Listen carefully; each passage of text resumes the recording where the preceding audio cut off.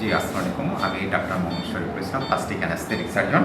আমরা নিয়মিত এবং সবচেয়ে বেশি বাংলাদেশে গাইনোকোমাস্টিয়া অপারেশন করছি।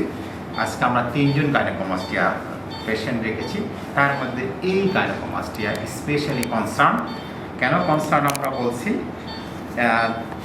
এনার বেশ কিছু বৈশিষ্ট্য আছে যে এনার একবার অপারেশন হয়েছিল গাইনোকোমাস্টিয়া, তাও আবার রাইট সাইডে শুধুমাত্র রাইট সাইডে করছে, কিন্তু লেফট সাইড করেননি।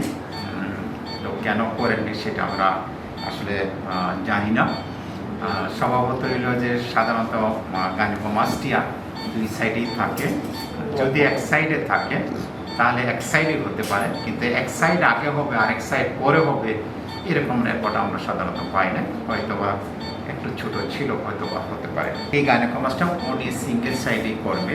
আমার সিদ্ধান্ত অনুযায়ী আসলে 2 পাশে করলে ভালো রেজাল্ট পাওয়া যেত, কারণ ওই সাইডে এখনও একটু ইনকমপ্লিট এবং নিপুলটা ডিস্ট্রাক্টেড হয়ে আছে, অর্থাৎ ভিতরের দিকে ঢুকে গেছে। তো সেই জন্য একটু অ্যাসিমেট্রি হবে আমরা ওনাকে বলেছি, এবং উনি সব কিছু জেনে বুঝেই করছেন। তো আমরা যেহেতু লোকাল দিয়ে করছি, তো আমরা শুরু করি ইনশাল্লাহ। তো শুরু করার আগে আমরা বলে রাখি যে আমরা যে করব, এই যে টু অ্যান্ড ফ্রো একটা মুভমেন্ট হবে, এটা পেশেন্ট বুঝতে পারবে, কিন্তু কোনো ব্যথা পাবে না। কেমন হলো আমরা একটু দেখাবো, হ্যাঁ নাকি? না ভয় পাবেন? শেষ, কোনো ব্লাড টাড কোনো কিছু নাই। দেখেন দেখেন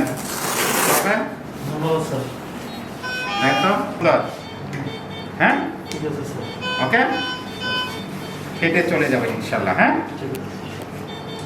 এটি হলো লোকাল অ্যানেস্থেসিয়া অপারেশনের একটা বৈশিষ্ট্য। হ্যাঁ, আপনি নিজের রেজাল্ট নিজে সরাসরিভাবে দেখতে পাচ্ছেন, এবং অপারেশনের পরে হেঁটে চলে যাবেন।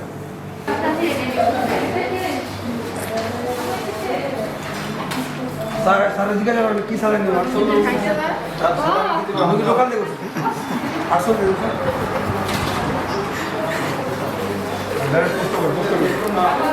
বসতে পারে